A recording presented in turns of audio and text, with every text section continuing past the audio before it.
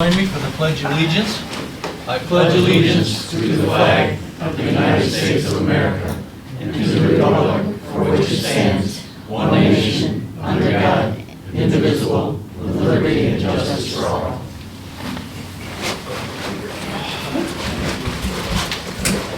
All right. First up is the approval of the agenda. I will move for the approval of the agenda for August 27, 2024. Second. Been moved and second. Is there any discussions? All those in favor say yes. Yes. Yes. Opposed say no. We have approved agenda. Next up is public hearing. I believe we need a motion to open the public hearing?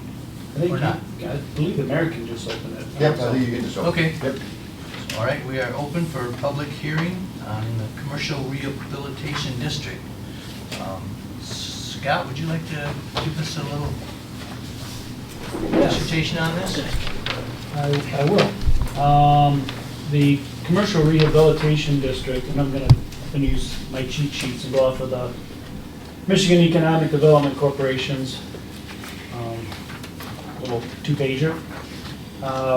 What the Commercial Rehab District basically does is allow for an abatement on new investment, tax abatement on new investment for up to 10 years. By saying new investment, the state treasury has ruled, because the act gives them the right to interpret the law, that it's on rehabilitation and not on brand new. The best example is Dairy Treat. They had applied for a new roof as well as the rooftop deck. The state approved the roof, but not the rooftop deck, because that's not, what they're trying to do is preserve downtown structures, and they've since moved it outside of downtowns, as we're looking to do tonight. They approved one for what is now Fetched, when it was under prior ownership, for some roof work as well as some cement work on the walls, tuck pointing and what you have for that. The property has to be 15 years older, commercial, multifamily, or vacant property, and multifamily has to be 5 or more units. There are retail food establishments that qualify. Those are supermarkets, grocery stores, produce markets, delicatessens that offer unprocessed meat and poultry products or meat products that carry a certain organic seal from the USDA, fresh fruits, vegetables, and dairy. Land and personal property are not eligible, nor are sports stadiums or casinos. So what we're looking at, we currently have one based around our downtown. We've had that for a few years, and as I said, there's already been 3 that have been approved. The process is they come to the city and ask for your approval, and then once you get they get your approval, we send it to the state of Michigan for their concurrence. So it takes both sides to approve. The one we're looking at is going to go from the eastern edge of the current commercial rehab district, pretty much to the city limits out on Colby Street, north-south. It jogs a little bit. I think you've got a map there, so it's not a straight line, but what I did is I included all of the commercial and residential property that would most likely qualify. So it's a 2-step phase. You know, the property has to qualify, and then the project has to qualify. And I think that's probably it in a big nutshell. And right now, with short duration, unless it gets changed.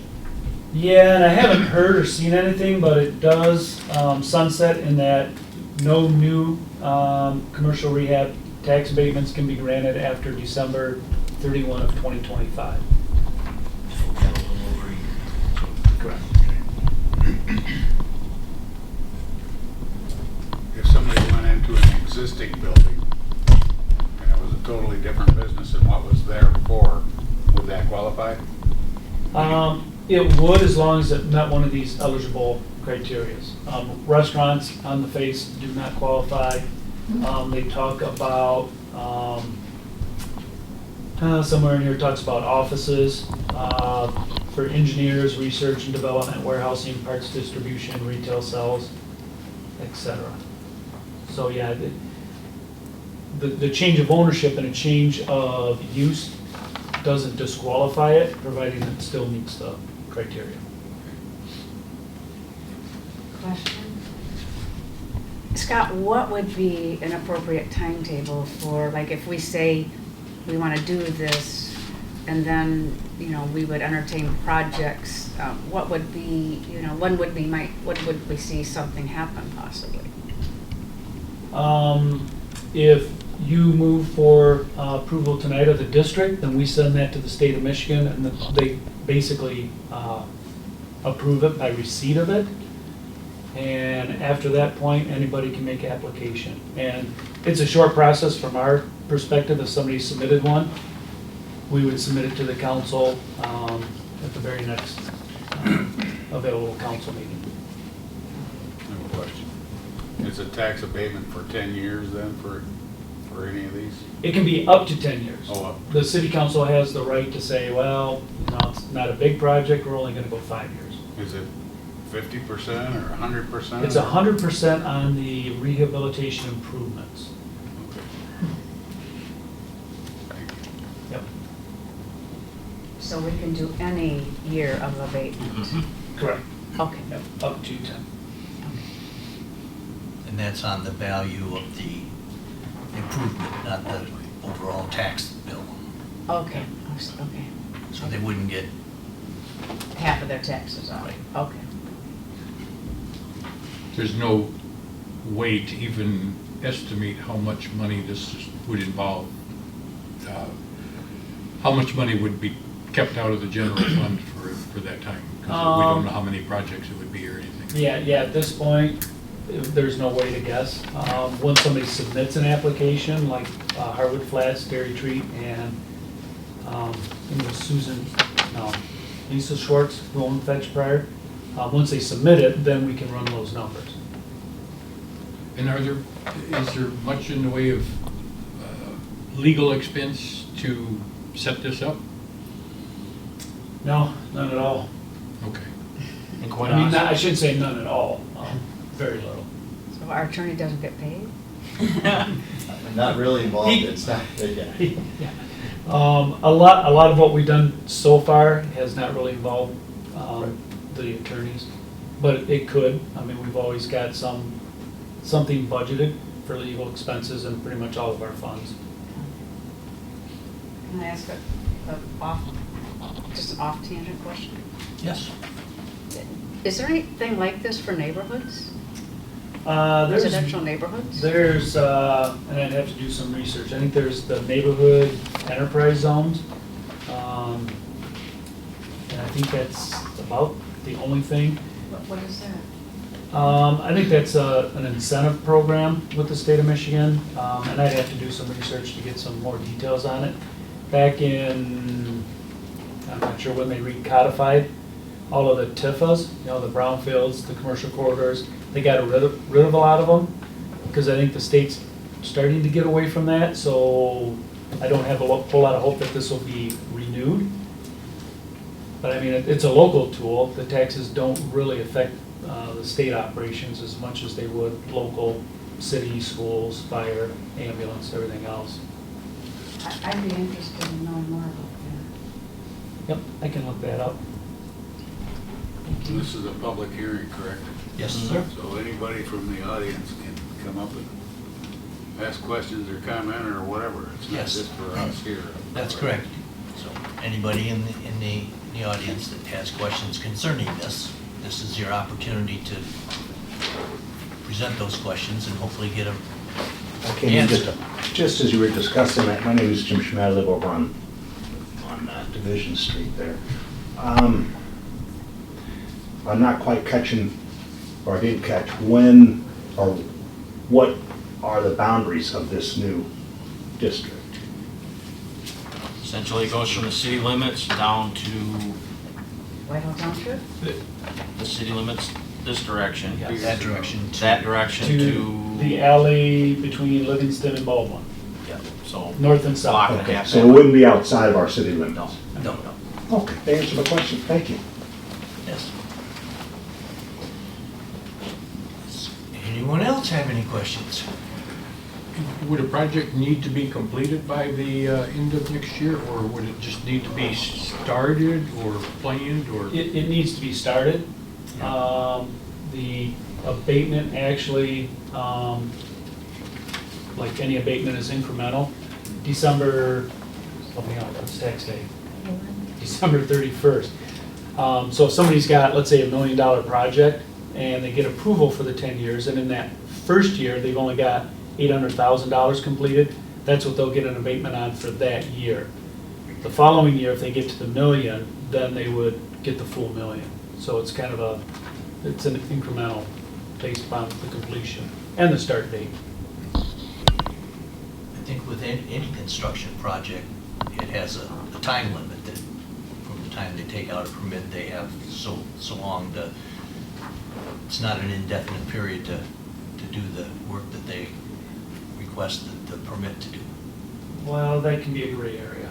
As long as they're progressing forward. Right. I think many of us will remember a red building over in Montague that was under construction forever. Not to pick on our neighbors. I've never done this before. Okay.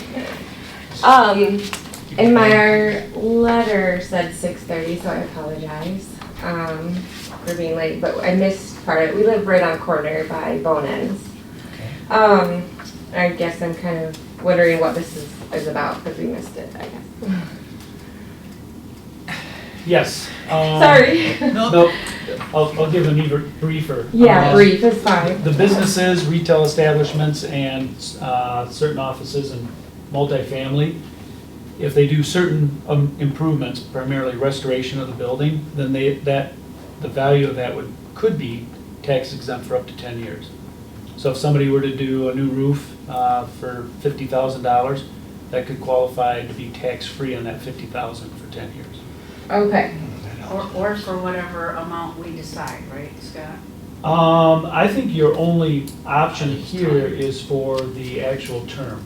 I don't believe the dollar amount is subject matter of council approval or not. Oh, I thought you said we could have it for how many years we decided. The time. Yeah, the time 10 we years. decided, yeah. Okay. But if they have a $100,000 project, you can't say, well, we'll give you $80,000 for 10 Okay, years. I misunderstood, sorry. Okay, so it's not like taking over. That's what I was. No, Okay. there's no taking over. It's, the council's approaching this to try and give incentives to improve that corridor. Okay, thank you. It's not for residential, correct? Multifamily, 5 units or more, which I don't, some do qualify. The ones next to or adjacent to Funnel Field. So this isn't like TIFA where we're capturing tax funds. This is just for abatements only? Correct. So it's not like, the only money that we would be losing to the general fund would be as if we approved An abatement. Correct. But that would be on new construction, which we wouldn't get any money anyways until the new construction happens. So we'll still collect on the whole, Yeah. Yes. Yeah. but anything new, I mean, we're not losing because we're not catching anything, we're not getting it back from what I understand. Thank you. Well, I guess my feeling is that if I had a business along that strip, I would be bothered by the fact that everybody to the west in the TIFA district has been getting deals, or had the ability to get deals for a long time. So I think out of fairness, I'd be wanting to approve this. I'd probably say for 5 years as opposed to 10-year abatement or whatever, but I think it'd be a good opportunity for some folks to make some improvements to their business and feel like we've taken care of businesses by doing it. Anyone else have any comments? Okay, I guess if we have no further comments, then we'll close the public hearing and move along to our consent agenda. Next up is the consent agenda. I'll make a motion to approve the consent agenda as submitted. Second. Been moved and seconded, is there any discussion? Questions? I have a couple questions. Go ahead. You wanna go first? Well, I just have one easy one. Okay. Has the school come up with any plan for this pickup and drop-off thing? All mine. Well, I figured it probably was. That was weird. Doesn't matter, it's on the table. No, we, the staff, myself, the chief, and the public works director were out there Monday for drop-off and pickup, along with CJ Van Weeren, who is The new guy. yeah, I think he's interim superintendent. And we also met with a number of IDID staff, because Roger and Brian were at this end, I was at the school, kind of divided and conquered. The school's position is if there's something that we are recommending, they'll take a, you know, they'll, I guess, consider it. We have jurisdiction over the street. And we didn't know if this was gonna come back more as a work session discussion, or if you wanted something before that. But at this point, we don't really see any alternatives. It's a growing fad where parents are driving their kids to school now. I think there are 12 less cars this year because school enrollment's down. Not that you're gonna notice that. I think from the first car lining up to the last car pulling out with a kid or dropping a kid off, it was less than half an hour, both times for drop-off and pickup. Drop-off is a lot easier because the parents just kind of come in, drop the kids off, and they're on their way. Pickup, you know, everybody wants to be at the front of the line, so they start stacking up a little bit earlier. I think we only had one vehicle slow down, as if they were gonna stop on Colby Street, and then I think they just went on their way and came back around and were back to stop. Okay. So at this point, I don't think staff's got any great solutions. Well, we still kind of liken it to shift change and how met. It's an inconvenience. I think a lot of the parents have learned to figure it out without a whole lot of hazard. I mean, anytime you get a lot of cars anywhere, you're open to something happening. Chief, I don't know if you've got anything to add? We did talk about putting, you know, stopping, standing, or parking signs on Colby. Just, you know, I mean, you can't do it now anyway, but sometimes people have to have a visual reminder. Brian Armstrong's gonna talk to MDOT and the road commission people and see if they would even allow that. Don't know why they wouldn't. Just a little bit more of a, again, a visual. The schools are gonna send out a reminder to those parents that please don't block intersections, driveways, or I think it was those two that they were gonna send them out. So, I don't know, we've got nothing to change anything. We did look at the curb edge. We didn't really see any deterioration. I mean, curb edges that aren't curbed are eventually over time gonna get worn down and start breaking. So, I think this is a problem that's caused by the school, and I don't see why we should be spending all this time doing anything about it, because it's not, we give them a good road to drive on, and there's rules for driving on those roads, and they're causing a problem. So I think the people should be complaining to the school board. Why should we go to the school board with solutions when they're the ones that should be coming to us with solutions? Well, to answer that, and I'm not arguing your point, the schools feel what they're doing is adequate from a safety perspective, both vehicular and the students. You know, you read the headlines way too often where incidents happen at school. In fact, if I could pick on someone, Monday morning, there was a couple of calls to school asking why there's a tall gentleman in a blue shirt with a handgun on his hip walking up and down in front of the school, which is actually great. It is a Because good thing. people were observant and wondering what's going on. So on pickup, I made sure, as soon as staff came out, I said, hey, in fact, I knew a couple of the staff members, and in fact, one looked at me and said, you do not have a kid this young. And I said, no, I don't, but this is why I'm here. So I think, you know, the schools are satisfied with what's going on. I think staff is. I mean, there's probably 1,000 different solutions out there maybe, but we don't see any. Like I said, it's a growing fad where parents are dropping their kids off. In fact, some go from Shoreline to the middle school to the upper elementary. They just scoop them all up in a pattern, so. we're open to suggestions, obviously. Other than the high school, I mean, everything at the high school is completely off-site because they have such a large area. But even sometimes the students trying to go left and head east, you know, that often causes some issues. The only thing I could think of is stagger the release times for different grades or whatever. That's probably a problem for them.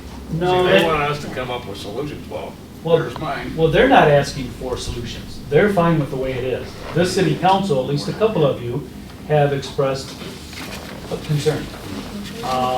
And staggering it, we did have we've had a number of conversations with the superintendent, the interim superintendent, myself with a couple of the teachers. Staggering is difficult because if you say, this grade gets picked up at 320, and then this grade gets picked up at 340, that parent might have a kid in both of those grades. So are they gonna sit there? For the pickup, which is a little more difficult, they had a teacher in the safety vest and she was doing pretty good, yelling at those parents that were stopping. I mean, she wanted them pulling up as far as they could off the street edge, or off the street lane. So I guess that's kind of where we're at. The schools, and I've spoken with Dr. McDowell. He's satisfied with the way the setup is. But he also said that if the city dictates something else, then they would have to comply. And there's no room on site really for all those cars to get out. Same at Shoreline. Shoreline on Division, Livingston, Market, they're all backed up for, again, a half hour, twice a day, 5 days a week. Thank you. At least that answered my question. I'm not satisfied with that there isn't a solution, but I offered one at the last meeting about, having that bend right at the end of the school and go in front of the school's property all the way down, instead of making the only main road that there is from Alice Street to Colby Street, besides Warner and Division. You're making it one lane for a half an hour twice a day. And it's, I just don't think it's right. We're not protecting, they might be protecting the kids, but we're not protecting the people that are driving up and down the road. So sooner or later, there's gonna be an accident or somebody's gonna get hit. And then somebody's gonna wanna sue the city because we didn't do anything about it and it's already been brought up. I wouldn't think we're exposing ourselves to undue litigate, well, I would say anybody can litigate at any time, but I don't think our liability is any worse today than. I just think there is a solution to it. It's a matter of somebody wanting to take the initiative to initiate it. Well, and we'll initiate whatever directive council gives us. So if council says this is the way it's gonna be, then we're gonna have to implement it, and the schools are gonna have to live with it. So Livingston wouldn't work, the dirt part? Pardon? Have them line up on Livingston off of Alice and come to that other door instead of the front door? They're trying to maintain one location. They had 4 teachers out there, and some were actually walking the kids further down versus waiting for the parent to get up there, so the parent can kind of snake out of the line. Are they running them down the road farther towards Alice also, or are they all just stopping in that little U? They're stopping in that little U Okay. area. Last fall, they tried running them down Livingston, but that didn't really make that big of a difference. They reconfigured that whole school because they wanted one point of entry, just related to school safety, Right. So that was the main reason for that. And they're very particular about, where the kids go in and who goes in, and rightfully so, I mean, for if it helps, Scott, I mean, I've lived on Alice my whole life, and maybe I'm just not getting up early enough, but I've never had a problem with it myself. I go up and down Alice. I tend to use Warner more, because right around the corner from me, but I've never experienced it myself, having to navigate down there. But that doesn't mean it's not a problem, Are there a number of residents who've been complaining? Haven't had any complaint. Well, Well, one business, we had the one business because complaint. on one occasion, she couldn't back out. Yeah, that would be. Well, my, Signage there. if there were, and I agree, they should go to the school board, and if that's an issue, because it is a school thing that they're doing, but I don't know what the solution is. It's, I don't know if there's any way to make clear vision areas on those corners or not. that'd be something to do. You know, just, I don't. I don't either. Because those people pull up and leave their butt end out in the road versus a sign. You know, again, it's all gonna be about signage and everything else as far as, you know, no stopping, standing, or parking from here towards the, you know, we figure out how many feet we want between there and the intersection, and you can't park in that area. But again, we gotta have compliance on their part and enforcement on our part, which I don't wanna give these guys a bunch more stuff to do either, so. And with what I observed last spring and again this fall, I don't know if that's really been a problem with people blocking the intersections. If you do clear vision areas, what you're doing, and I know this isn't gonna sound too good, but you're eliminating more stacking. So you're gonna have the potential of having more cars actually backing out onto Colton Street. Because you know, if you do that at every intersection, you're probably gonna lose 2, 4, 6, 8. 60, 80, probably 80 feet, Yeah. 80, 100 feet probably. Yeah. All right, so we have the consent agenda. Motion and a second. Is there any further discussion? I have a question on accounts payable. What is the job description of an intern at the Playhouse? It varies by exactly what that intern's doing. Sometimes it's stage management, sometimes it's theatrical production, sometimes it's backstage. Pardon? Box office. I think that's the particular one. So basically, it's somebody who's in school, who's trying to get some experience. I just noticed we paid quite a bit of money in this last 2-week account payable to, you know, interns. I just wondered if it had anything to do with the running of the Playhouse, or if it's more to do with running of the activities that are going on at the Playhouse. I think, was it just for the box office? It's just for summer theater. So They it was work the fellowship. whole summer and then they get paid at the end. I mean, I guess, Essentially like a marina job. I mean, it's, How did they come up with needing 4 interns? Well, that's a decision of the Playhouse manager. She takes a look at what kind of production she's having and determines what kind of staffing she needs. Is it because she needs staffing, or is it just because we're trying to give experience, I guess? No, she needs the staffing. We had a report done by Bill Johnson when we got a $250,000 grant from the Johnson Foundation, and what they did is they sent along an expert to take a look at the operations, kind of like, if we're going to give you money, we want to make sure it's being operated in the best manner possible. And I think that study came back and said that a theater that size with that amount of production, I think it recommended 5 full-time staff.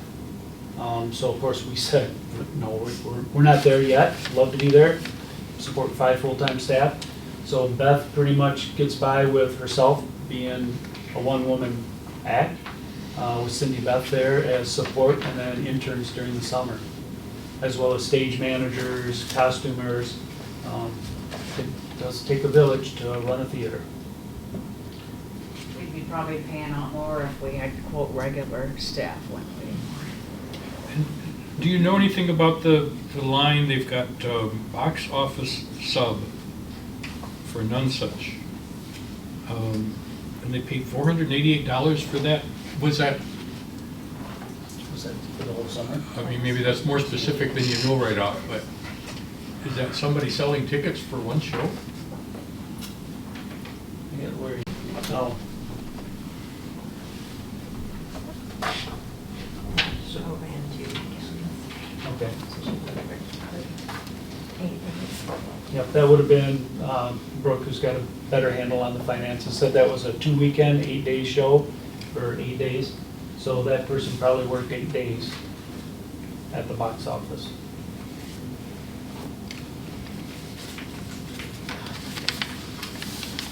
But it says sub, was that because somebody was on vacation or?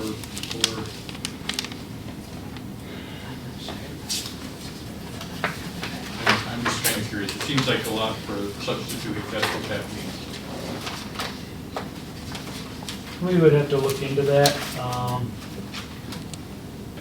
Unless Brooke's got it right there at her fingertip.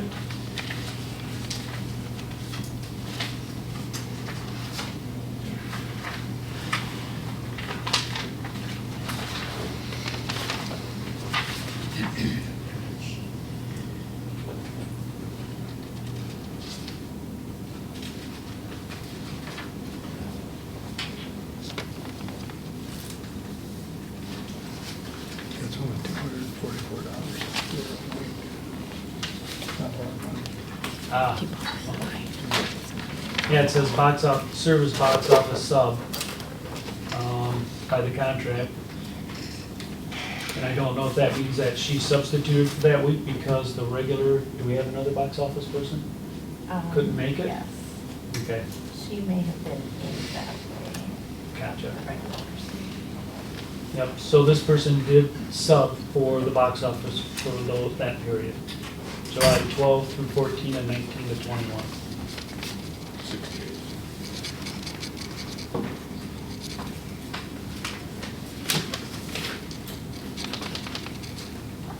All right. We had no further discussion. All those in favor of the consent agenda say yes. Yes. Yeah. Yes. Opposed say no. No. Consent agenda is approved. Next up is message from the mayor, city council, and city manager.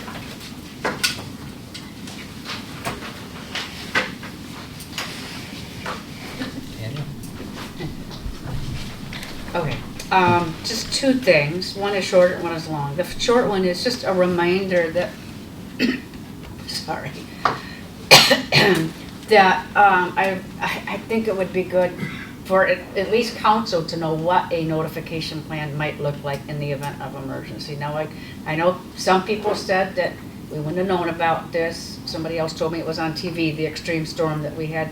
I'm just trying to figure out, we're gonna have extreme weather again.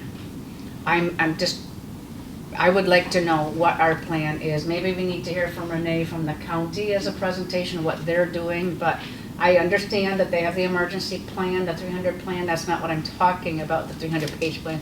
What I'm talking about is in the event of this type of emergency, how would we be letting our residents know? I know you had the text program that we have, but I think I'd like to know what it is. You know, I think we were very lucky not to have any injuries. I thought the way that staff worked with everybody was amazing. I can't compliment you enough on that.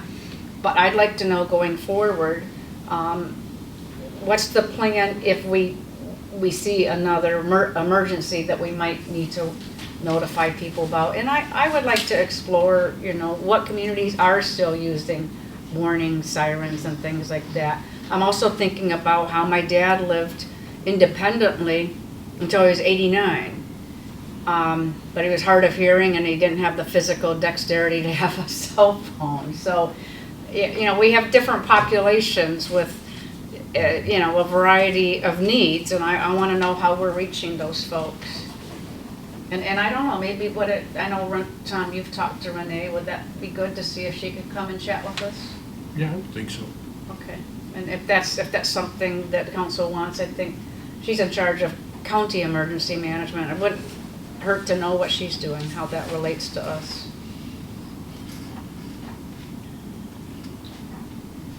Oh, my second one, I'm sorry.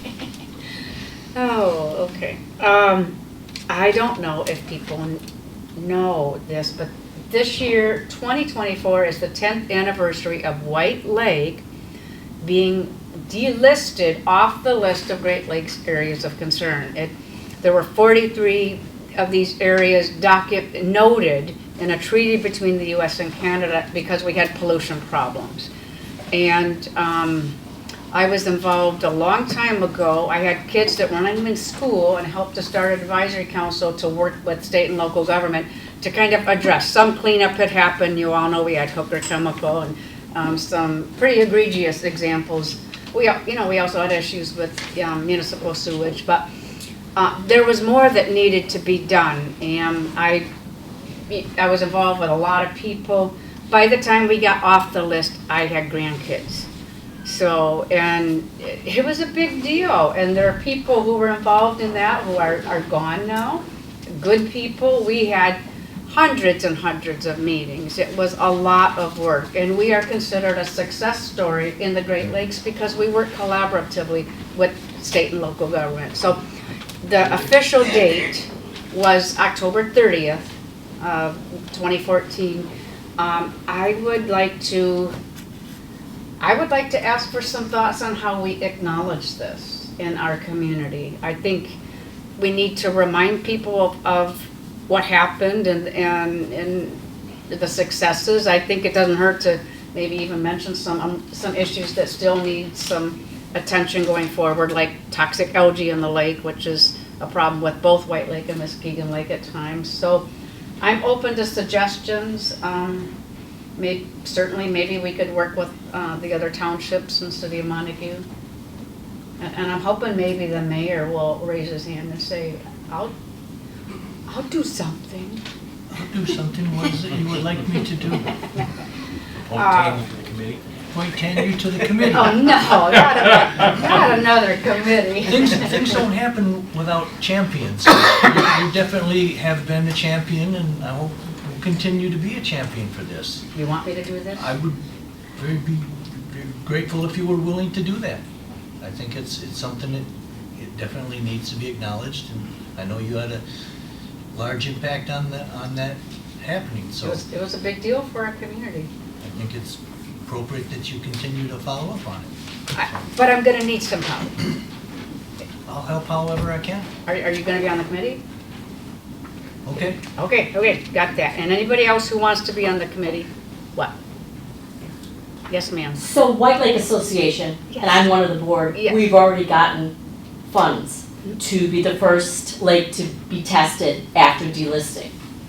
And our meeting is September 10th at 5:30 for details. Sure, that's a little confusing, but let's chat. Let's chat. I'm not sure I understand, but, I'm all for groups working to protect the lake, so. You might be able to get some kind of a special article in the Beacon or the Chronicle or something, Good idea. talking about how it came up Yeah. and all the work that was done, and what a good thing it is that we did get delisted, because it is a big deal. The White Lake Beacon used to be about this thick, and they had some excellent writers in the Chronicle as well that really helped to provide information. That's a good idea. Because even this year earlier, they had a special section in it, which was many pages, I mean, much more than you would need. Oh, okay. That was for celebrating Ludington's 150th anniversary. So maybe they would do a So- special for us. Right. They might be able to do that. Can you contact them? They would need all the content though. I've got all kinds. I'm from the Beacon, so I'll catch up with you after. Yes, let's do this. And one exciting thing, I just found this out today. So Dr. Rick Radisky from Annis Water Resources Institute worked on this as well, and I worked with him, and he was amazing. And the two of us wrote up a little piece about this, and it is just published in the International Association of Great Lakes Researchers newsletter. So kind of a little bit geeky publication, but still we feel good about it. So anybody who wants to participate, because we're short of time. Thank you, Mayor. Okay. I just have a question, Scott, and I'm sure you can clarify.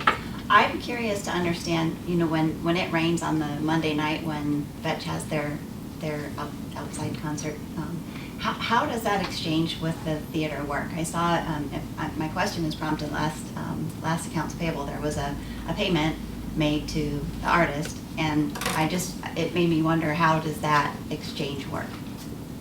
What's the? Yeah, I talked to Beth briefly about it. I'll get more details from her and pass something on to council, exactly how that works. Okay, thank you. I was walking a few days ago down by the marina, and I was talking with one of the boaters who keeps a big boat there, and I asked him how things go there, how he likes it, and so on. And he said there's some positive things, but there's a number of negative things too, and things that we could improve on to make ourselves more attractive to the boaters and make more money with it and stuff too. And he mentioned in particular our season being shorter than it should be. For instance, he said a term that I'd never heard of is the loopers, which are the people that go down up the ocean, down the seaway and through here and whatever. He said they all stop on their way over to Chicago and stuff. And he says those people are very well off. They're willing to spend money and whatever, and we don't even have a drop box for them to put money in. And they come through typically after Labor Day, or at least a lot of them through after Labor Day. He said there's an opportunities for sell a lot of gas, to collect some, some slip fees and so on. He also mentioned that, he said, for instance, that dock and that dock and that dock are condemned right now. And I didn't challenge what he meant by that, but he says that means that the end posts are broken because they've been rammed or whatever. And he says they don't seem to get fixed. And, he said one of the things for the people that keep boats down there is they need a place to park. They should have some private parking and so on.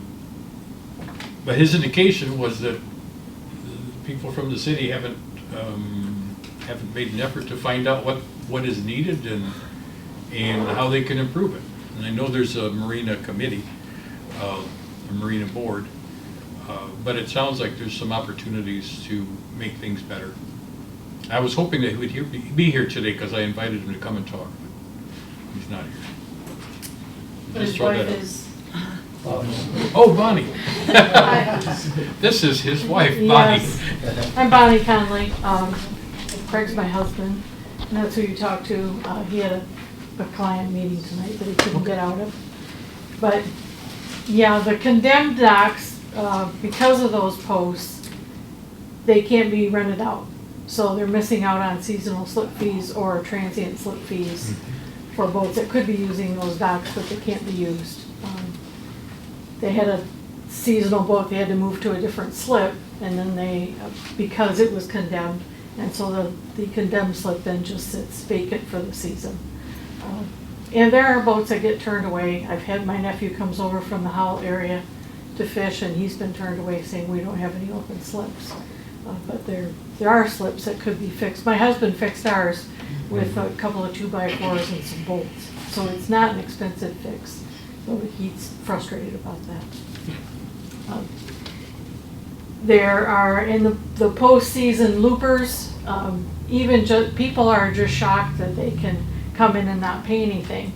And we've always said if they just put a slot in the door of the office where people could fill out an envelope and say it's on the honor system, it's $40 cash a night, they would have, people would do it, they would pay it. I'm sure there would be people that would pass and not pay, but I'm sure there would be a lot of loopers that would be happy to pay.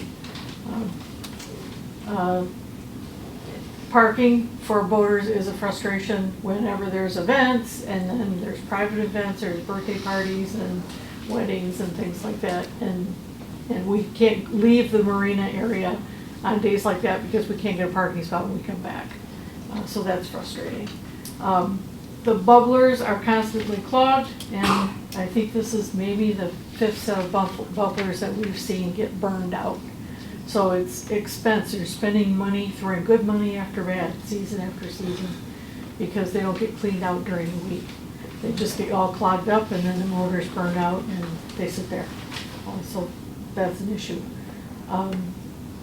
We had been really frustrated with people randomly wandering up and down the docks and fishing from the docks and leaving all their chaff behind hooks and lures and hooking canvases and doing damage to boats.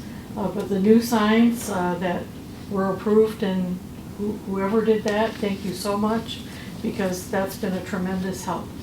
We've had far fewer people come down the docks and fish. Save the guy that Craig told you about, who came down with his wagon and his zero gravity lounger and camped right out behind a transient and fished right behind his boat, even when he was asked kindly to leave, but he didn't go. But anyway, I think those are the biggest issues. Other than staff training, there seems to be a lack of staff training. Staff doesn't come out and help boaters when they come in. A lot of times the ones that do don't seem to know what they're doing, and that's dangerous for the boaters and especially for the dock staff. There are a lot of great kids, but they need training, because otherwise they will just sit in the marina office and do nothing, which is what mostly happens. So you're paying kids who could be sweeping, they could be cleaning, they could be doing a lot of things that are just typical marina tasks that don't happen because they just don't have good training. They're not bad kids. Corey, when she's there, she's amazing. She never stops moving. And when she was cleaning the other day, cleaning the bugs off all the light posts, I said, "Oh, you got the good job." She goes, "Well, nobody else wants to do it." So there you go. Thank you. Thank you very much. Anything else? Couple things. Actually, it was one of picture that you put up the other day. I noticed that Shelby obtained some funds from the Gerber Foundation and Consumers Energy Foundation for their new playground. That might be a couple more options to pick from or glean, whatever we need to do for that.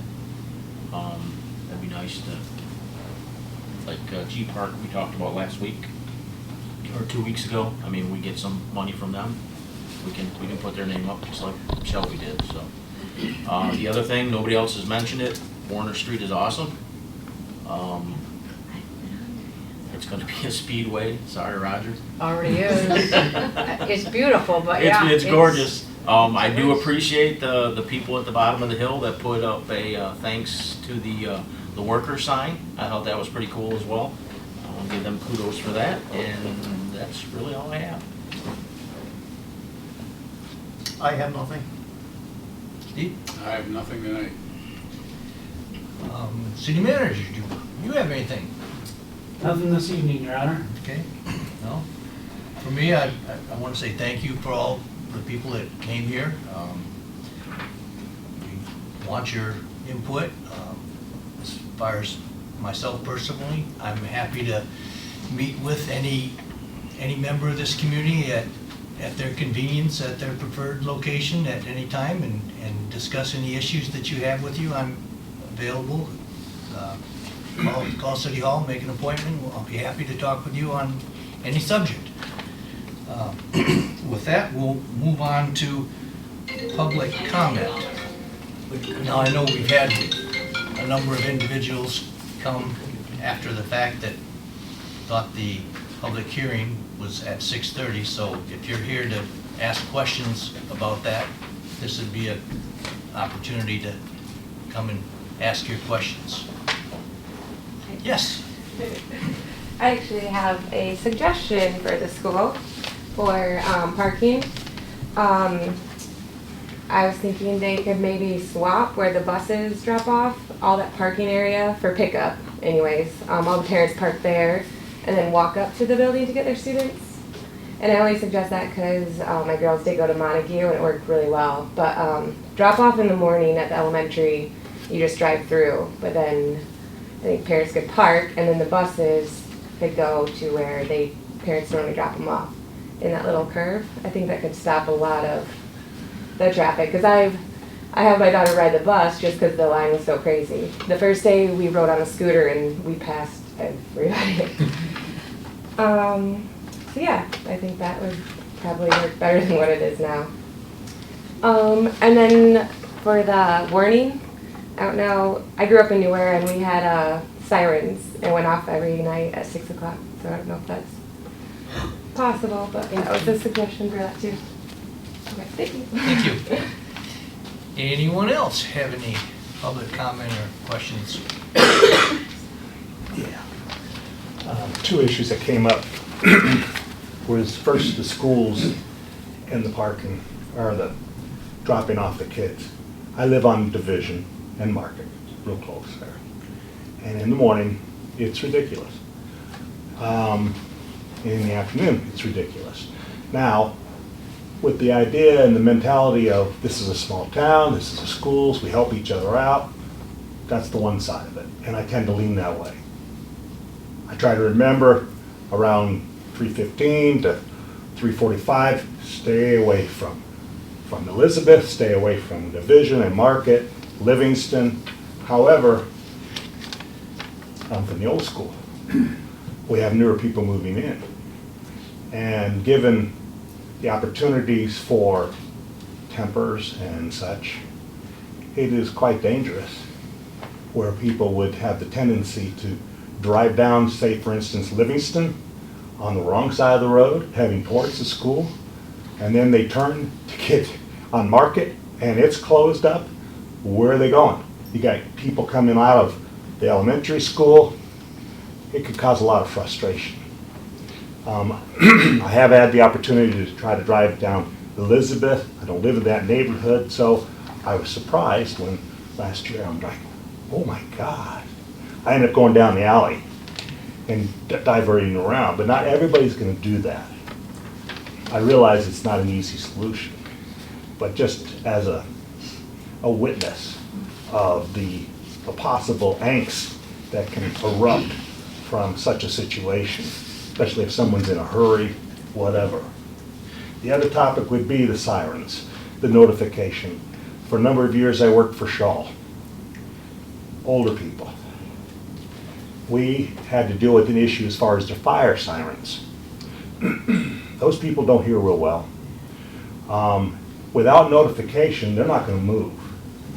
Even with notification, often they wouldn't move unless they saw smoke.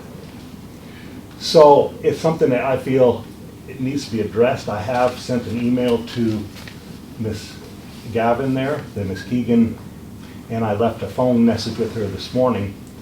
I have yet to hear back from her, but I'd like to discuss from her, number one, who's responsible for it? Number two, what are the possibilities? Because I do see a need for that, a very critical need. Way back when, we did have sirens, and they went off every Friday at noon, and we knew it. And there was an individual who used to work for the police department who took great pride in keeping that system going. I don't know where he has gone, but I was alarmed and surprised when I found out they weren't working. I just always figured they worked. So it is a consideration in my estimation, in my opinion. We need to have something that can notify people. Thank you. Thank you. Anyone else? All right. One more, Steve. Yes. Just my property's in the Rehabilitation District. I don't know what that means. I thought I had to be here at 6:30, so I missed it. Scott, you got a short? Getting shorter.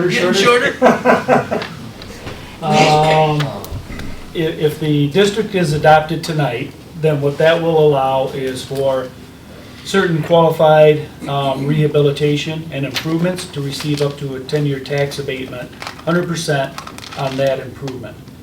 Good example is if you put a new roof on for $100,000, you wouldn't have to pay taxes on that for up to 10 years. New things like, I don't know, an addition to a building would not qualify. And what that is, that's a determination by the Department of Treasury in Lansing. Is that? Yeah, Any questions? that works. Yep, thank you. All right. We'll move on to old business, which I don't believe we have any old business, and move on to new business, which is Resolution 2427, Watermain Relocation. Scott, you want to tell us about this, please? Yeah, the County Road Commission is redoing the culvert basically in front of the library. That's going to require the relocation of our utilities, consumers' utilities. I think Verizon has already been out there. I think they were out there working last week. So it's a major reconstruction. The road is planned to be closed September 3rd. I think that's next Tuesday. I'm not sure what the duration is, but 6 weeks. So this will, excuse me, require us to relocate the water main. And this resolution before you is to award the contract to Terra, who just finished the awesome looking Warner Street. They're very qualified. They did a ton of water work on Warner Street. And this is in coordination with the work that they're going to be doing with the road commission versus having, too many cooks in the kitchen. And a lot of times when that happens, you've got multiple contractors on site and something goes wrong, the fingers get pointed everywhere. We had that incident with the Warner Street water tower when we had that repainted. It took about 2 months for all that paint to start peeling off, and we heard that it was designed poorly, built poorly, it was steel from China, the paint wasn't mixed right, the temperature, everybody in the world, because again, we kind of pieced that together with the contractors. So this would be a contract for $396 to have our work done in conjunction with all the work being done by the road commission. I have a question. We need a motion. Oh, I'll move to support resolution 2427. second. Okay. Your question? My question is, since this is a project on a county road, and we don't need this water main replaced, why do we have to bear the expense of replacing it? Did consumers bear the expense of replacing all the poles that they replaced out there, and did Verizon, or did the county pay them to do their work? My understanding is it's incumbent upon the utilities to pay for relocation. Brian talked to the road commission a few times, and I think they discussed what the requirements were in the easement. So it's not unheard of when you have an easement that you have to bear the burden of relocating. We just did that with the sewer main out on Colby Street, the extension. If that has to get relocated, we would have to pay for it. It's actually not on Colby, but it's on private property. So it's not unheard of. Okay. Is there any other questions, comments? Roll call, please. Kabala, Yes. Stickinga, Yes. Brown, Yes. Zemer, Yes. Hillebrand, Yes. Holmstrom, Yes. Salter. Yes. Resolution 2427 is approved. Next is Commercial Rehabilitation District Establishment, Resolution 2428. I'll move resolution 2428, the establishment of a commercial rehabilitation district. I'll second it. It's been moved and seconded. Is there any further discussion on this? I just want to clarify one thing with Scott. Yes. Basically, the only thing that, if we approve this, that is going to affect is something that's pretty much a business. Yeah, wait. I mean, nothing that's residential other than if it has 5 units or more. Correct. Yep. So anybody that lives along Colby Street on either side that's in that mapped area, there isn't anything that's going to affect them one way or the other. That is correct. Thank you. Okay.